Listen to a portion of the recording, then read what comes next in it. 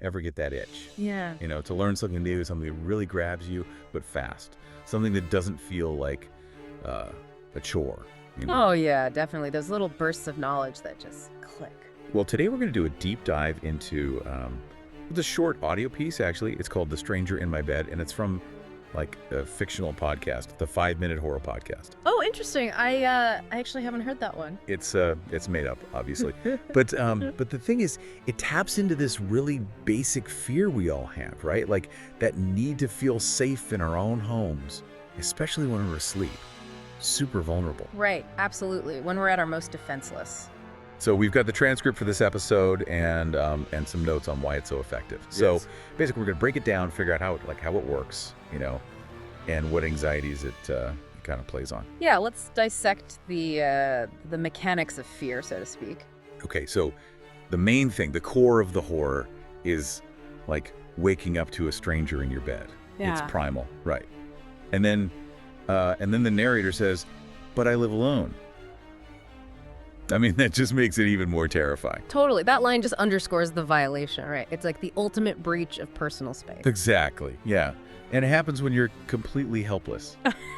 Sleep. Yeah, no escape, no control. Okay, so the story starts out normal enough, right? The narrator's just trying to sleep. It's hot. They have the window open because, Texas heat. But then that open window, it becomes like the source of the dread. Right. It's like this ordinary detail, something we can all relate to, suddenly becomes this pathway for something sinister. Yeah. And then there's the time, 3 a.m. I mean, is there any time that feels more vulnerable, It's like the witching hour, right? When everything feels a little off. Our fears are amplified in the dark.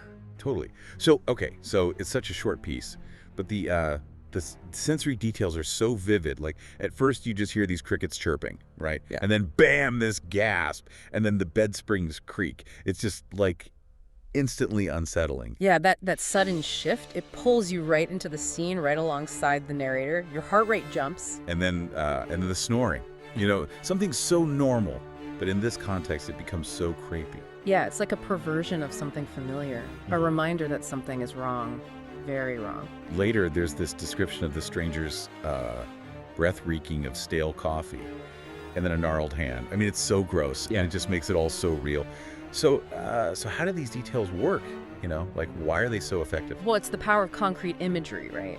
Our brains latch on to these sensory details. They give us something to grasp onto. The abstract fear becomes tangible, if that makes sense. Yeah, it does. So the sharp sounds, the gasp, the creaking, they're like alarm bells going off in our heads. Yeah, absolutely. They trigger an immediate fear response, like a jolt to the system. And then you've got the unpleasant details, the coffee breath, the hand. Those are the things that stick with you. Right. They add a layer of disgust, making it harder to forget. The fear becomes visceral. Yeah. Okay. So the pacing is really fast too. It goes from, discovery to this total terror in no time. Yeah. And there's this ticking clock sound effect that just makes it all the more tense. Yeah, that ticking clock, it's like a countdown, right? It stretches out that moment of suspense. You're holding your breath, waiting for something to happen. Totally. And then right after that, you hear the bed frame creak again. Oh no.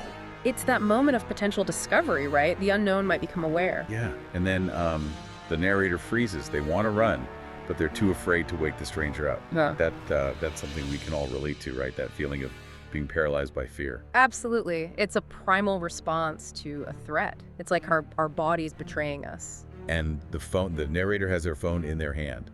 It's like that instant urge to call for help, even though they can't move.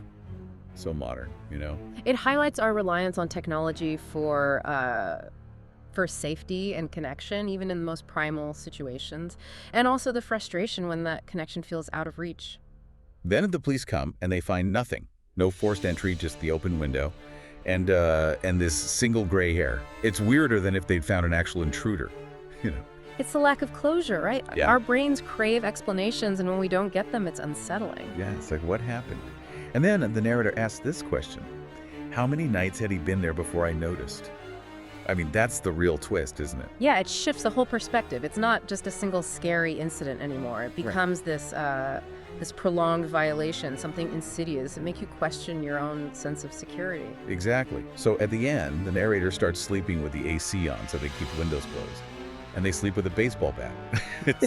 It shows how this experience has really affected them. Totally. A complete loss of that sense of safety and security. It's a small detail, but it speaks volumes. And then there's this optional detail in the notes. The narrator finds dentures under their pillow. I mean, talk about creepy. Yeah, that adds another layer, doesn't it? It's so personal, so invasive. It's a detail that's meant to linger in the listener's mind. So basically, this story works because it uses a really relatable fear, it paces everything really well, and it uses sound to build suspense. And then, bam, that twist. It just leaves you feeling unsettled. Yeah, it takes something we all need feeling safe in our homes, and it just completely upends that feeling. Simple, but effective.